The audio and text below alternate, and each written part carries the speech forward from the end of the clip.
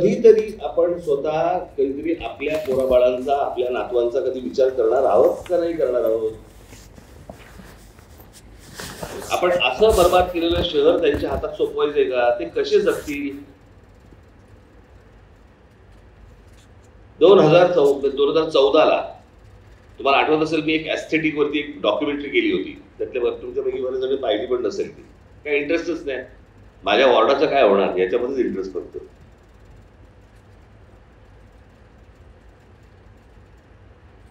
आणि त्याच्यामध्ये मी असं म्हटलं होतं, शिक्षण तर भारतामध्ये पण मिळतं, नोकऱ्या तर भारतामध्ये पण मिळू शकतात. मग ही सर्व तरुण मुली हा देश सोडून बाहेर का जात आहेत? त्यांचं बाहेर जाण्याचं एकमेव कारण, घरातनं बाहेर पडल्यावरती जे चित्र त्यांना दिसतं ते समाधानकारक नाही. मला इथे जगावंसं वाटत नाही.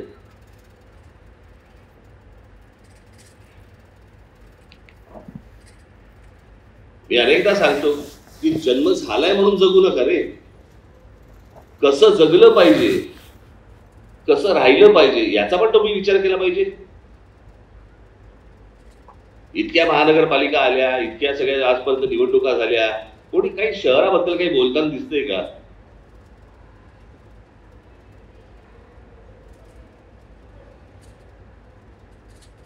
ही आजची परिस्थिती आहे.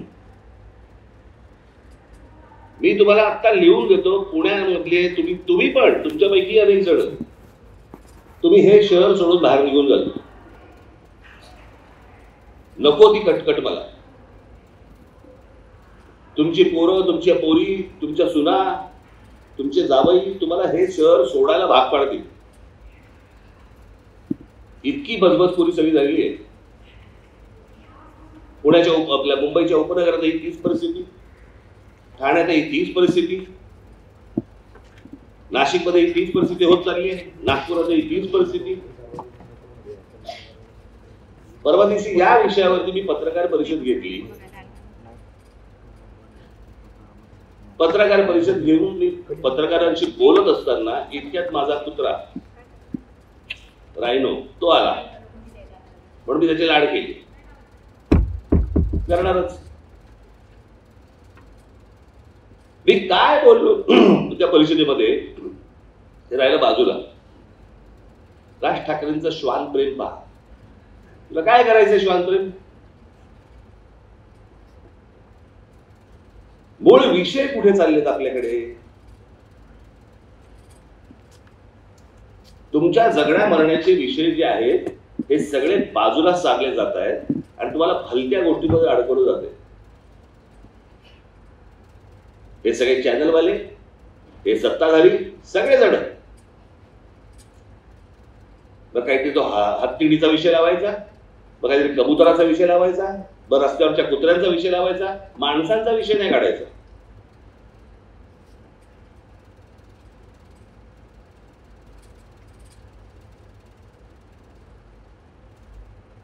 मी आज आलोय जो तुमच्याकडे, मला अत्यंत प्रामाणिकपणे मला हात वरती करून सगळ्यांनी सांगायचे, प्रामाणिकपणे, काही त्याच्याबद्दल लाजायची गोष्ट नाहीये.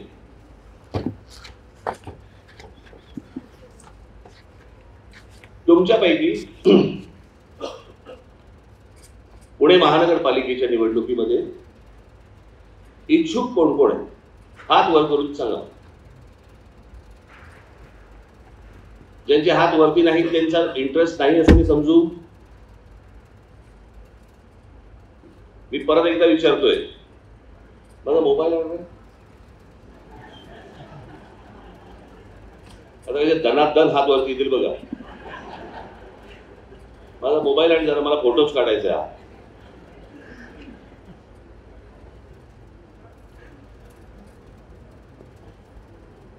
थांबा थांबा जरा.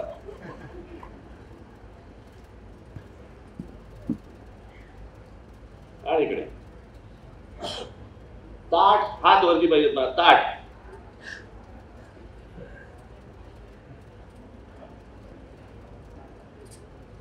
ताट हात वरती पाहिजे एकदम ताट. ए बाजूला रे. हा सांगा जरा मला थोडा तुमच्यापैकी कोणी इंटरेस्टेड नाहीये? मग नंतर नाही यायचं माझ्याकडे. मी आत्ता तुम्हाला हात वरती करा, मी विनोदाने बोलत नाही आहे. ताठ हात वरती करा तुम्हाला ज्यांना इंटरेस्ट आहे करा.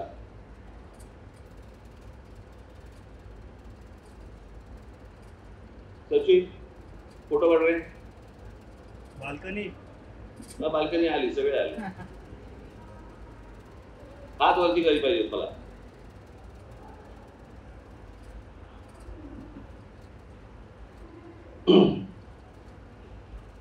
ताई तुम्ही नाही नाही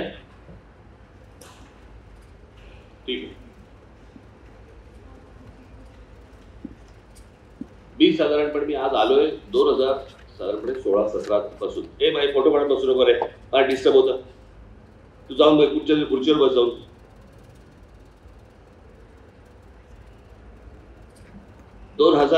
साधारणपणे 16-17 पासून तुम्हाला आठवत असेल तर या मतदानामध्ये काहीतरी गडबड आहे तेव्हापासून मी बोलतोय. बरोबर. या सगळ्या गोष्टींसाठी पण मी शरद पवारांना भेटलो, सोनिया गांधींना भेटलो, ममता बॅनर्जींना भेटलो. इथे महाराष्ट्रामध्ये सगळेजण माझ्या बरोबर आले, पत्रकार परिषद झाल्या. बरोबर आहे. आयत्या वेळेला कच खाल्ली सगळे. मी त्याच वेळेला सांगत होतो या लोकांना, लोकसभेला तुम्ही निवडणुकीवरती बहिष्कार टाका, ही जागतिक बातमी होईल.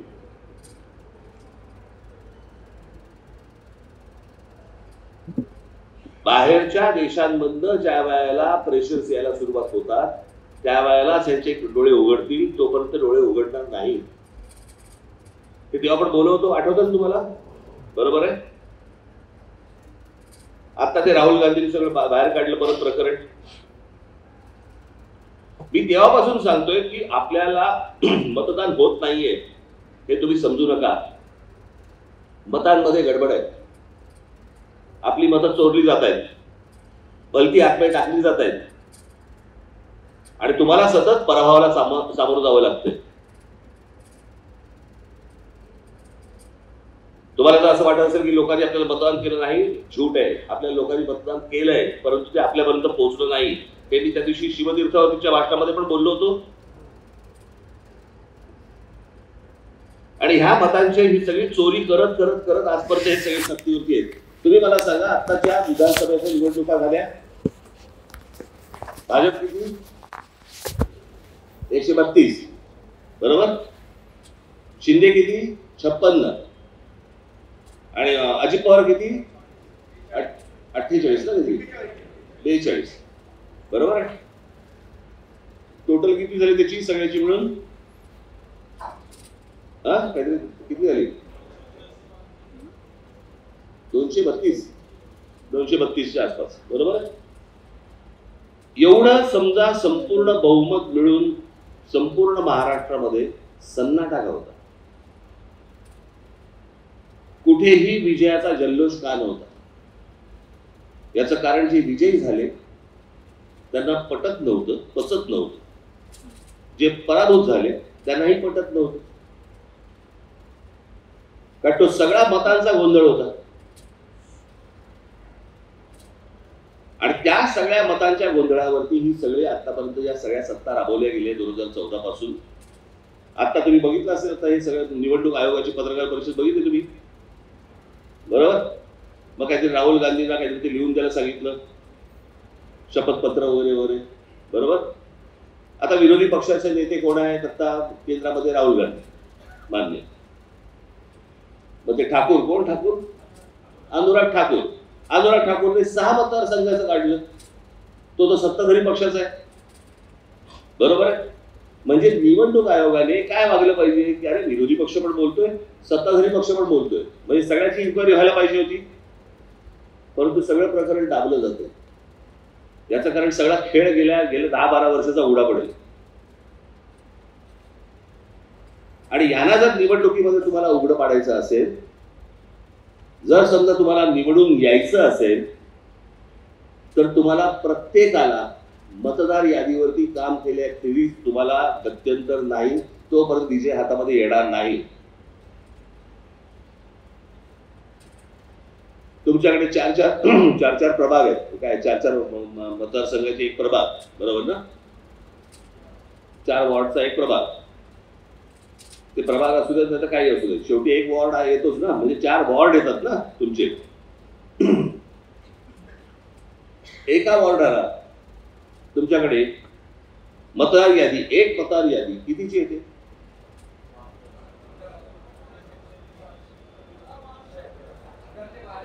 1000 पकडूया आपण. साधारणपणे एका यादीला एक बीएलए येतो, बरोबर? म्हणजे साधारणपणे आता किती किती वॉर्ड येतात इथे? 165, बरोबर आहे. 165 वॉर्ड येतात. म्हणजे एका वॉर्डाला किती, एका वॉर्डामध्ये किती याद्या येतात? 16 ते 22. म्हणजे एका वॉर्डामध्ये आपल्याला 16 ते 22 याद्या येतात, बरोबर? बरोबर ना? काय या तुमच्या वॉर्डाप्रमाणे तुम्ही बघा, आता काय 16 येतील, 20 येतील, 18 येतील, काय येतील, बरोबर बोलतोय ना? तुम्हाला प्रत्येक यादीला 2 माणसं ठेवायचे. प्रत्येक यादीला मला 2 माणसं पाहिजे जी त्या यादीतली असतील.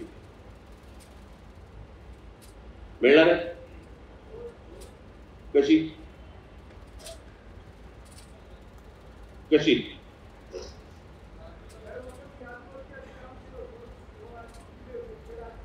मला आत्ता पाहिजे, केलं होतं लोक, आता मला इतिहास लोक होते, मला आत्ता काय करणार ते सांगा आणि कशी माणसं नेमणार ते सांगा. कशी? इथे आता शाखाध्यक्ष किती आहे?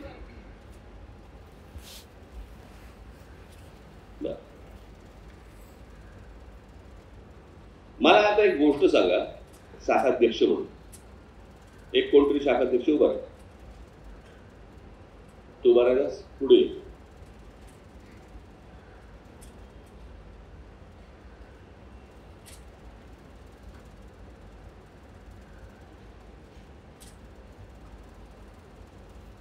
ये कडेवर नको उभा राहते.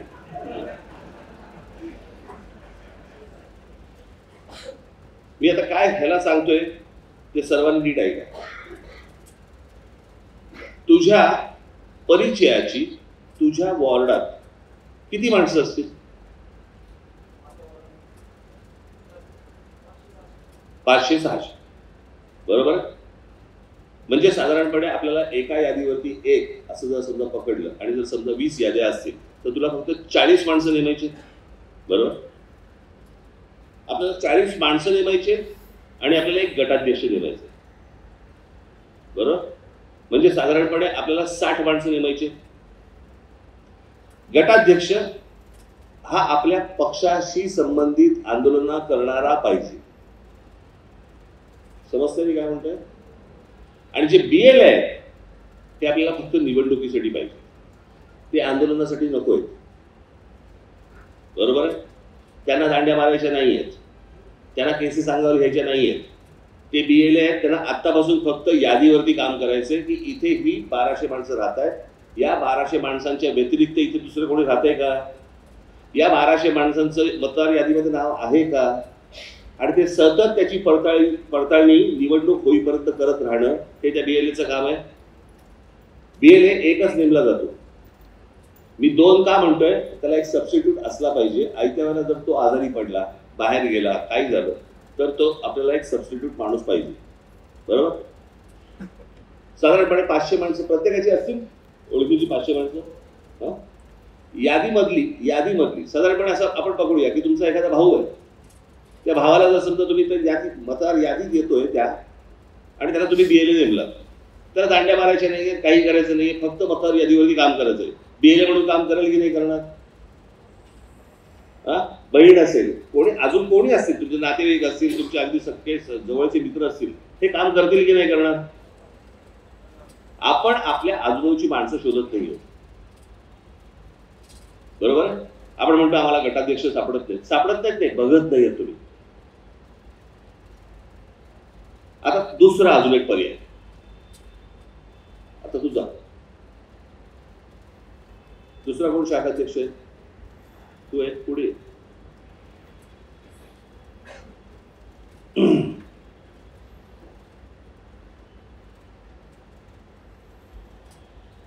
तुम्हाला कळते हे सोपं आहे.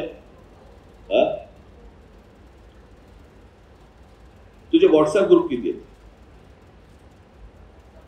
50-60. काम करतोस ना तू काही? दिवसभर आपलं चालू असतं खचा आहे ना. एका ग्रुपवरती किती माणसं आहेत?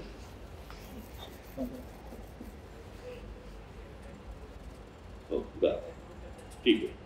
तुम्ही घरी गेला की तुमची व्हॉट्सअपची यादी काढायची आणि त्या व्हॉट्सअपच्या यादीमध्ये तुमच्या मतदारसंघामध्ये कोण राहत आहेत त्यांची नावं काढा.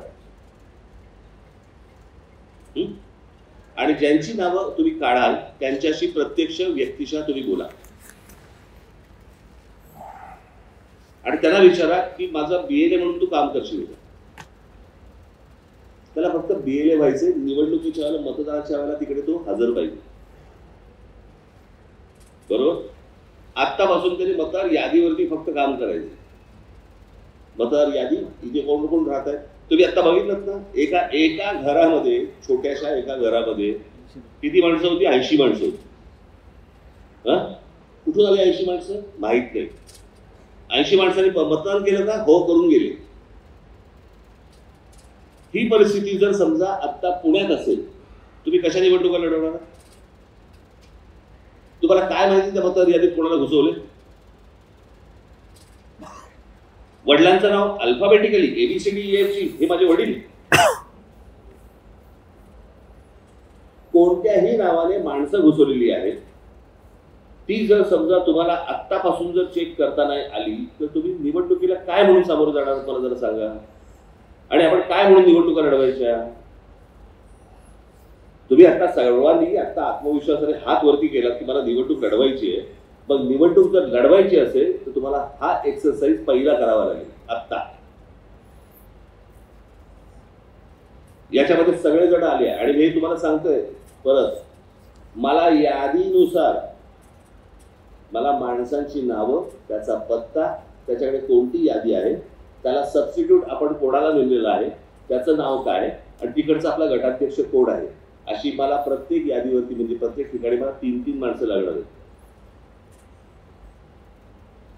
मिळणार आहे? घरी जा, आपला व्हॉट्सअप बघा, व्हॉट्सअप मधून नावं काढा आणि आपल्या मतदारसंघामध्ये कोण कोण राहते ते बघा. तुमच्या परिचयाच्या माणसांची नावं काढा आणि त्या परिचयाची माणसं त्या यादी भागानुसार कोण कोण राहते ते बघा आणि त्यांची नावं काढा. बरोबर. आज तारीख काय? 23. 27ला आता गणपती आहे. तुम्हाला काय सांगायलाच नको होतं गणपती. कळलं का? काहीतरी बेभान काहीतरी होऊन जातं. मी पुण्यात यायचंच बंद केलं गणपतीच्या दिवसात. पूर्वी मी त्या ह्याला तरी यायचं तिथं काय ते आपलं दगडूशेठला. मी आता यायचंच बंद केलं. नकोच वाटतं मला तिकडे कुठे जावं असं वाटतच नाही मला. मुंबईत पण जावं असं वाटत नाही मला. तो ट्रॅफिक, ती गर्दी, ते सगळे. बरं आपण तिकडे जाणार, मग आम्हाला काहीतरी तिकडे घेऊन जाणार लोक, तिकडे तात्काळ तिकडे रांगेमध्ये बसलेले असणार, म्हणजे आम्ही आशीर्वाद घ्यायचा आणि बाहेर येऊन शिव्या खायच्या. ते कोणी सांगितलं झंझट त्याशिवाय मी जायचंच बंद केलं मी ते. जबरदस्त. हे सगळं झाल्याशिवाय तुम्हाला मी आत्ता सांगतोय, माझ्या हातात यादी आल्याशिवाय मी पुण्याची निवडणूक लढवण्याचा निर्णय घेणार नाहीये. हे मी तुम्हाला आत्ता सांगतो. तुम्हाला जर वाटत असेल की आता नुसतं वरवर काहीतरी करून मला मूर्ख बनवाल, नाही चालणार. इथे तुमच्या प्रत्येकाच्या याद्या ह्या चेक केल्या जाणार. तुम्ही संपूर्णपणे काम केलंय की नाही हे पाहिलं जाणार. तुमच्याकडे इतरही इच्छुक असतील ना, आपले उपशाखाध्यक्ष असतील, बरोबर आहे, हे त्यांनाही सांगायचे. कळलं का? त्यांच्यापर्यंत पोहोचवायचं नाही असं करू नका तुम्ही. मी पोहोचवणार करेल. आणि मग ते जे BLA असतील त्या BLAंचा मी एक पुण्यात मेळावा घेणार. त्यांना पहिल्यांदा सगळ्या गोष्टी शिकवल्या जाणार, समजवल्या जाणार. ते ज्या वेळेला होणार त्याच्यानंतर मी तो प्रभाग लढवायचा की नाही लढवायचा याचा निर्णय करणार. तोपर्यंत निर्णय करणार नाहीये मी. या सगळ्या आपल्या असल्या दुर्लक्षित झाल्यामुळे, गोष्टी दुर्लक्ष केल्यामुळे, खोलवर न आजपर्यंत गेल्यामुळे, वरवरचा फक्त प्रचार करत राहिल्यामुळे आजपर्यंत जे चित्र दिसलं, मला परत ते चित्र बघायचं नाहीये. आणि मला तुम्हाला फक्त एवढंच सांगायचंय की तुम्हाला जरा जरी पक्षाबद्दल जर समजा आस्था, प्रेम काही असेल, तर गेल्या 12 वर्ष जो तुमचा अपमान झालेला आहे, मला असं वाटतं त्या अपमानाचा बदला तुम्हाला आत्ता घ्यावा लागणार.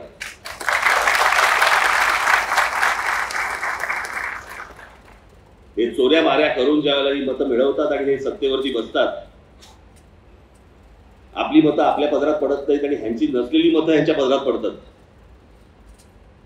आणि त्याच्यावरती हे सत्तेमध्ये येतात आणि सत्ता राबवतात आणि वाटेल तशी वाकडी तिकडी वेडी वाकडी काय कशी पाहिजे तशी सत्ता चालवतात.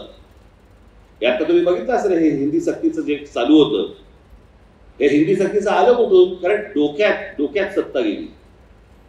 सत्ता डोक्यात गेल्यामुळे हे सगळ्या गोष्टी आणतायत. हे आता अर्बन नक्षल प्रकरण आलंय की तुम्ही अशा प्रकारे जर समजा आंदोलन केलं तर तुम्हाला सरसकट अटक केली जाईल वगैरे. हे आलं कुठून? आणि या प्रकारचा जो माज असतो ना, तो तेव्हाच येतो ज्यावेळेला निवडून यायची खात्री असते. ज्यावेळेला तुम्हाला वाटतं की बाबा माझं कोणी वाकडं करूच शकत नाही, आपल्याकडे सगळी सिस्टीम लागलेली आहे, हे आयोग बियोग वगैरे वगैरे सगळ्यांशी आपलं झालेलं आहे, यातून आपल्याला मतं पडणार आहेत. हा ज्या वेळेला आत्मविश्वास ज्या वेळेला त्यांना मिळतो, त्यावेळेला सत्ताधारी वेडेवाकडे वागायला लागतात. नाही तर कोण वागतं? आपण इतकी वर्ष राजकारणामध्ये आहोत, प्रत्येक जण सत्ता असली तरी नम्रपणे वागतात,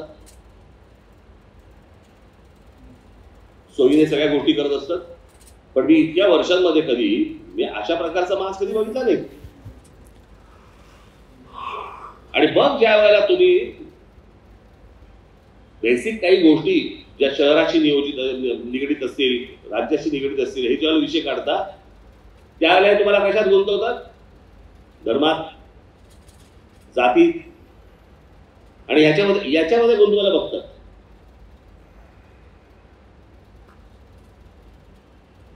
आणि मग आम्ही सगळेजण तिकडे जातो, वाहत जातात सगळेजण त्या ठिकाणी.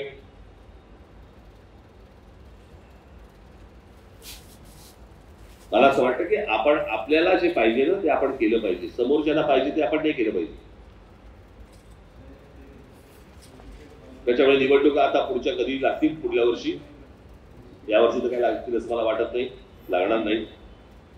परंतु पुढल्या वर्षी जेव्हा लागतील त्याला तुमची तयारी पूर्ण पाहिजे. आज तारीख आहे 22 ना, 23. आज तारीख आहे 23. 27ला गणपती येत आहेत, बरोबर ना? आणि 7ला अनंत चतुर्दशी आहे, 6ला अनंत चतुर्दशी. बरं, 6ला जात आहेत. 7 तारीख मी तुम्हाला विश्रांतीसाठी देईन. मला 8 तारखेपासून, आणि नंतर मला ते सांगू नका त्या पितृपक्ष लागला वगैरे, कळलं का? पितृपक्ष म्हणजे काय, पितरच खाली येतात ना, त्यातले ते त्या गोष्टी मला सांगू नका. मला 8 तारखेपासून पुढच्या साधारणपणे सप्टेंबरच्या 28 तारखेपर्यंत 20 दिवस देतोय तुम्हाला. 20 दिवस आतापासून कामाला लागला तर आतापासून कामाला लागला. परंतु मी तुम्हाला 28 सप्टेंबर ही तुम्हाला शेवटची तारीख देतो. ज्यांच्याकडनं अशा प्रकारचं यादीवरती काम झालेलं दिसेल, मी तेवढाच विचार निवडणुकीचा करीन, दुसऱ्या लोकांचा मी विचार करणार नाही. सर्वांच्या ध्यानात आलं, लक्षात आलंय. मी जेवढं सांगितलं तेवढं सोपं आहे काम करणं.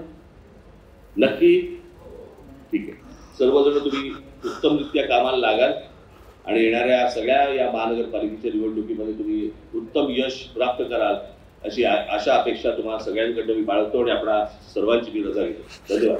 जय हिंद, जय महाराष्ट्र.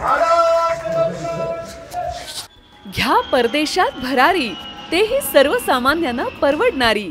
1 रुपया भरा आणि थायलंडमध्ये फिरा. सचिन इंटरनॅशनल घेऊन आले आहेत जगातली सर्वात स्वस्त परदेश टूर. पूर्ण 5 दिवसांचं पॅकेज आता फक्त 32,999 रुपयांमध्ये. पॅकेजमध्ये विमान प्रवास, हॉटेल, ब्रेकफास्ट, ट्रान्सपोर्ट आणि प्रेक्षणीय स्थळे. सचिन इंटरनॅशनल 18 वर्षांपासून पर्यटन क्षेत्रातील एक विश्वसनीय नाव. सचिन इंटरनॅशनल सोबत मनसोक्त फिरा. संपर्क 7767989898.